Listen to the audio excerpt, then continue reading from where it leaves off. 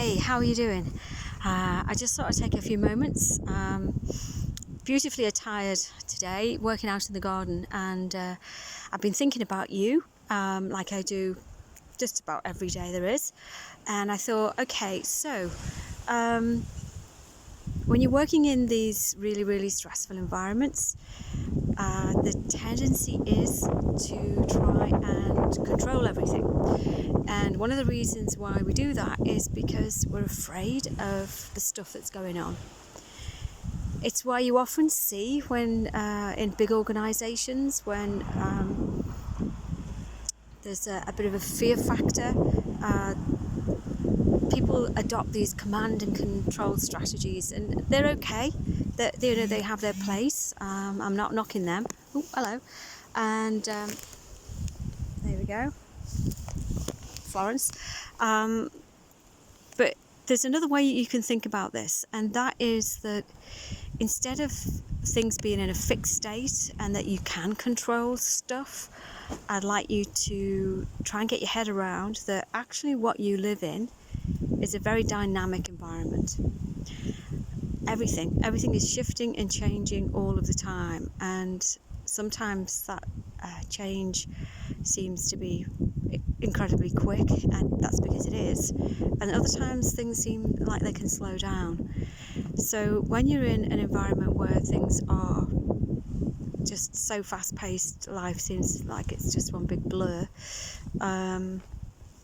then it's good to try and stop and think about things in a different way. So instead of devising a plan and trying to stick to the plan and then fretting and feeling bad because your plan hasn't quite worked out, instead what I'd like you to do today is just to set yourself some goals, okay? Some goals, and work around those. And if you achieve those, that's great. If you don't achieve all of them, that's also great. You're going to be kind to yourself, okay? So if you are working from home, one of your goals might be that you give yourself some structure. Now, having some structure isn't the same as having a plan and a really tight timetable and all those things. It's something a little bit more fluid. And we're going to have to be a little bit more fluid at the moment, given the circumstances we're in, okay? It's been cold out here today. If you are actually in work and you're on the front line and things are just... Oops. And she's back. I don't think you can see her. Oh, there we go. Share my cat with you. Then this is something else I want you to do today.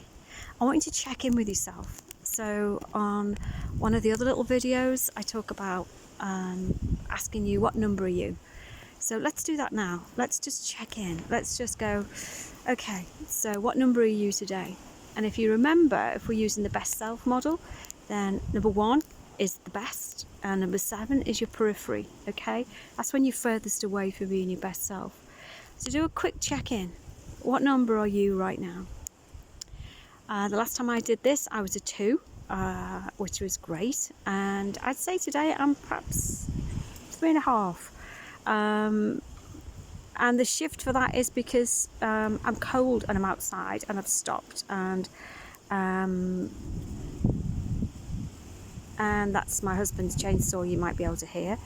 This is what we're doing in the garden today. So going back to the start of this about things being dynamic, your numbers, the 1 to 7, they're not fixed. They change throughout the day, and that's okay. They're supposed to change because you as a human being, you are a dynamic, changing, wonderful thing. So accept that you'll change. Now, when you get into work, I want you to stop and ask yourself, okay, what number am I? And then I want you to check in with yourself. Try and do this regularly throughout the day. Check in on your number.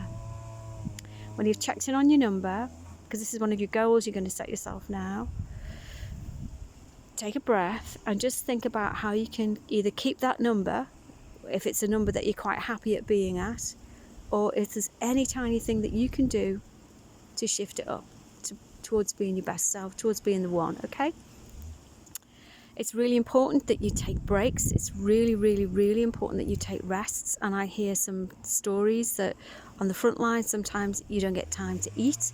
You don't get time to have a drink of any fluid, hot or cold, and your loo breaks seem to get further and further apart. Okay, so do something about this. You've got to drink, you've got to stay hydrated, and you've got to sort out some system amongst yourselves where you go to the loo, okay? You go to the loo, you've got to go to the loo.